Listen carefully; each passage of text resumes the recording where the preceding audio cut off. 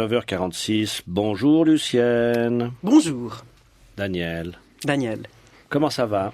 Ça va très bien parce que je sors d'une exposition absolument désarçonnante qui vous met sans dessus-dessous. Non. Oui, une expo à Paris, au Palais de Tokyo. Non, si c'est à Paris, c'est normal que ce soit bien. En tout cas, c'est une exposition pas comme les autres, qui innove, qui est vraiment troublante, parce qu'elle part de l'idée que l'art peut se trouver et se développer au-delà des espaces, des territoires traditionnellement célébrés de la création artistique, c'est-à-dire ailleurs que dans les musées, ailleurs que dans les galeries. L'art peut être autre que ce qu'on a l'habitude de voir comme expression artistique. L'art peut être ailleurs que là où on le trouve habituellement.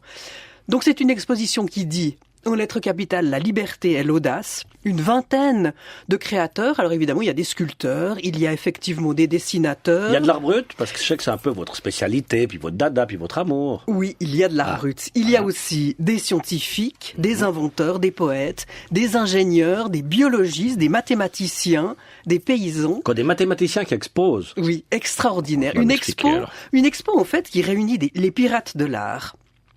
Tous ces gens qui sont là. C'est de vous l'expression, les pirates de l'art? J'ai dû la attraper à quelque part. Non, parce qu'elle est belle. C'était extraordinaire aussi d'écouter les gens dans l'expo. Il y avait un jeune qui disait, beaucoup de jeunes dans cette expo, un jeune a dit, mais ça c'est une anti-expo, un anti-musée. Pourquoi? Eh bien parce que toutes ces personnes réunies ici dans cette expo transgressent les frontières de l'art. Ces gens-là, en fait, préfèrent plutôt l'enquête, l'hypothèse, le doute, à la certitude. Bref, cette expo, vous l'aurez compris, c'est une bouffée d'air frais, une bouffée de surprise, de stupéfaction. Par exemple, premier exemple. Theo Jansen, lui, je connais.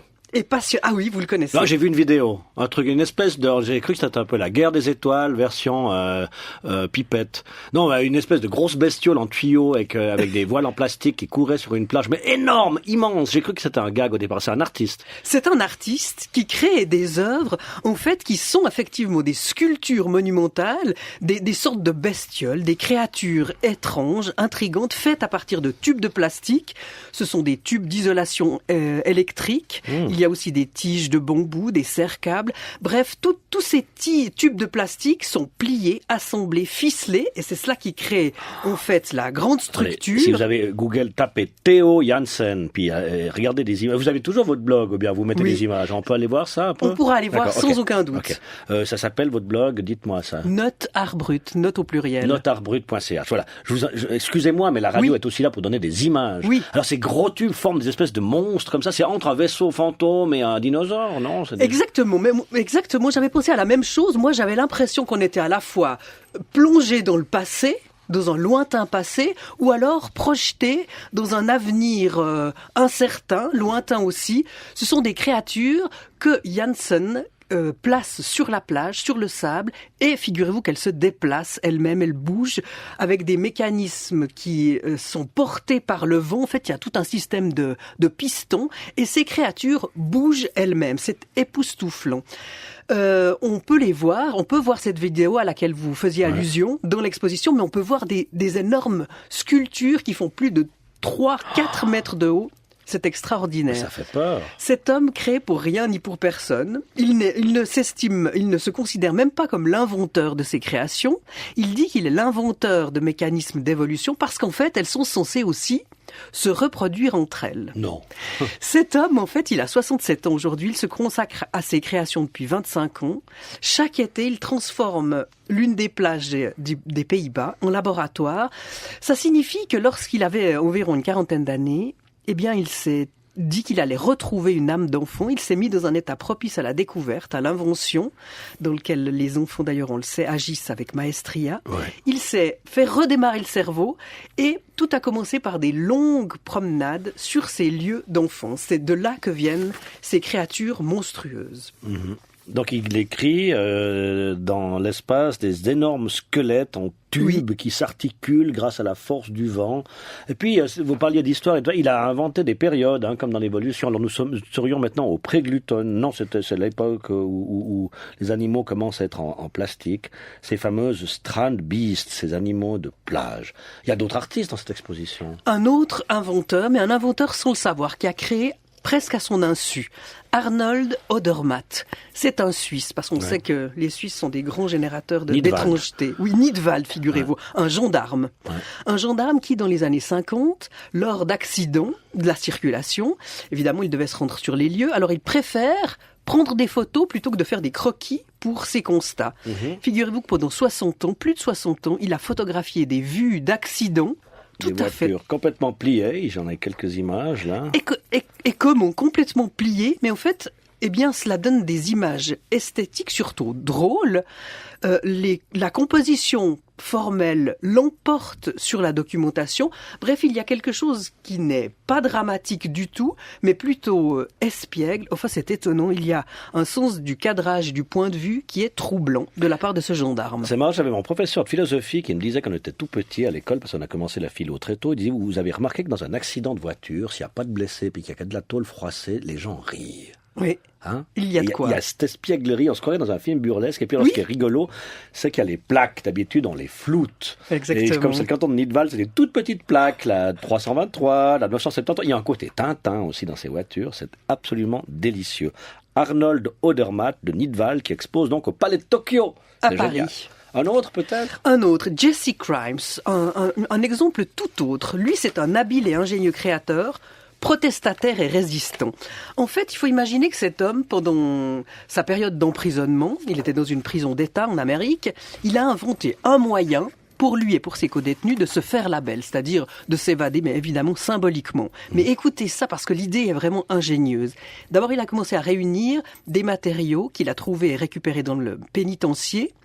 Il a découpé méthodiquement des portraits qui ont paru dans les journaux des codétenus et il les a transférés sur des petites savonnettes. Ça veut dire que si on prend un journal et puis qu'on appuie la savonnette dessus, ça va faire un transfert, voilà, comme avec du triclo, des choses comme ça. Exactement, grâce à l'humidité. Quand je vois cette série de, c'est quoi, des savonnettes qui sont alignées avec ces portraits dessus, j'ai quand même pensé un peu à Boltanski. Oui, c'est vrai. C'est vrai, hein? Le fait que les petits portraits sont un peu flous et imprécis et qu'ils se répètent. Et qui sont des extraits de journaux. Il y a un côté mortuaire quand même. Il y a un côté mortuaire, il y a un côté fantomatique, mais figurez-vous qu'en fait, toutes ces petites savonnettes, il les a incluses dans des jeux de cartes dans lesquels il avait coupé précautionneusement des petites logettes.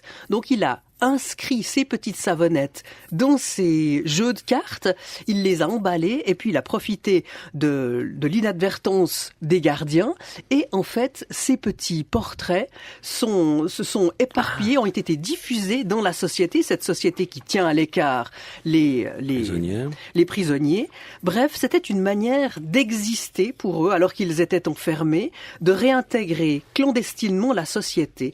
Moi, je trouve que ces 300 portraits sont troublants. Et puis, cette manière... Ils sont tout petits, c'est des toutes petites savonnettes. Parce que là, si j'ai les cartes, donc ça c'est 5 fois plus petit qu'une carte à jouer. Mais c'est magnifique, l'effet. L'effet de Mozart, ouais. À la fois magnifique et à la fois troublant d'arriver à se faire la belle, de s'échapper de la prison de cette manière-là. Avec une savonnette, puis précarité de la chose, c'est étonnant. Éphémère. Surtout quand on sait avec quoi est fait le savon. Oui. Des os, des chairs, des fois, de porc en tout cas. Du gras. Du gras.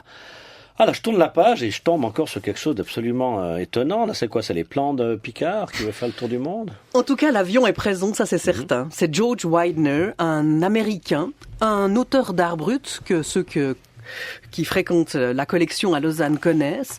C'est un homme qui est doté d'une grande capacité de calcul mental, une extraordinaire mémoire. Il se souvient des noms, des dates, des faits divers. C'est un peu Rayman quand on dit des choses comme ça. Dès qu'on dit ça, on dit c'est un autiste. Oui. Il a été diagnostiqué autiste. Je me souviens de l'avoir rencontré. On l'avait invité à la collection d'art brut et on lui disait par exemple, voilà, cette personne est née le 15 août 1915. Il réfléchit quelques secondes et il pouvait indiquer si c'était un mardi, un jeudi ou un dimanche. Bref, des capacités extraordinaires. C'était ni l'un ni l'autre. Ni l'un ni l'autre. Je viens de réfléchir, je peux vous dire, toi, c'était ni l'un ni l'autre. Non, parce que moi, j'ai été diagnostiqué aussi. Ça ne m'étonnerait pas. Widener crée des peintures à l'encre où figurent des nombres, des calendriers, des inventaires, des diagrammes, des cartes. Bref, il est passionné, fasciné plutôt que passionné par les catastrophes aériennes, par les naufrages de bateaux. Et surtout... Mais les artistes comme ça, qui sont autistes, un peu décalés et fascinés par les avions, pourquoi on leur laisse pas conduire des avions, par exemple? Eh bien, je pense qu'il vaut mieux pas. Lui, il s'exprime sur le plan symbolique, et ça vaut mieux, en fait, et c'est ce qu'il veut, d'accord. D'ailleurs, il met en scène dans ses œuvres, avec un sens aigu de la composition, de la couleur, regardez ça, même un sens aigu du graphisme, des catastrophes, et au centre de son œuvre, eh bien, il y a le Titanic, le naufrage du Titanic, qui le passionne, mais qui en fait le passionne d'autant plus depuis le jour où il a consulté la liste des passagers qui ont disparu. Et il a vu qu'il y avait un homonyme dedans? Exactement. Non. George Widener. Ah, c'est génial. Il y avait un homme qui s'appelait exactement comme lui. On terminera peut-être avec une expression, moi, qui m'émeut énormément, intérieurement. C'est un langage sifflé ancestral qui nous vient de Turquie.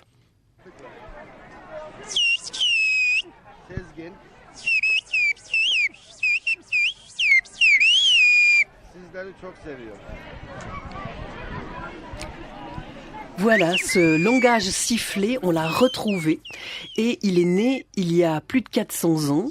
On l'a retrouvé donc sur Internet et il est pratiqué par les habitants d'un petit village de Turquie. Donc vous avez été à cette exposition, vous avez vu donc une documentation sur ces gens de Turquie et puis Alain Perrotet vient de retrouver ça sur YouTube. Alain Perrotet, grâce à lui, on a pu entendre ce Alors c'est quoi, c'est un langage d'oiseau, c'est les gens qui... C'est un langage d'oiseau, exactement. Dans un petit village de Turquie, eh bien, des personnes, des paysans imitent ce chant d'oiseau. Ils transforment chaque syllabe de la langue turque. Elle correspond, chaque syllabe à un son spécifique. Ça permet... donc ils peuvent vraiment discuter. Voilà, donc, exactement. Cela permet de communiquer à distance et ça, c'est très appréciable et même nécessaire dans cette région qui est très accidentée, le relief est très montagneux et ça évite des déplacements qui sont difficiles. Extraordinairement ingénieux. Pour moi, c'est vraiment un art de la voix, un art du son que je trouve spectaculaire, réalisé, inventé par des paysans. C'est un art populaire au sens le plus digne et le plus noble du terme. En fait, dans ce village de Turquie, à Kuşköy, eh bien, il y a un très grand nombre de siffleurs et même les jeunes générations sont initiées à cette pratique. Kuşköy. Kuşköy. Dans cette exposition, des créations donc illégitimes, des créations libres, troublantes, réalisées par des personnes qui ne recherchent pas forcément la reconnaissance ou l'approbation. Une exposition vraiment qui innove, qui nous fait tourner la tête. Elle est réalisée par la commissaire Rebecca Lamarche-Vadel. Et ce qui me plaît, moi, c'est qu'elle remet en cause l'idée selon laquelle il y aurait d'un côté l'art, puis d'un côté ce qui n'est pas de l'art, avec cette idée un peu négative. Vous voyez, comme s'il y avait soit la vérité et l'erreur, l'authenticité et l'inauthenticité. Alors même que, j'en suis persuadée, il y a des réalités qui sont multiples. On l'avait compris, me semble-t-il, avec la découverte et la mise en valeur des arts premiers ou primitifs. Bref, ces arts sont immergés dans la vie des communautés humaines et c'est ce qui frappe et c'est ce qui émeut et ce qui nous permet des interrogations.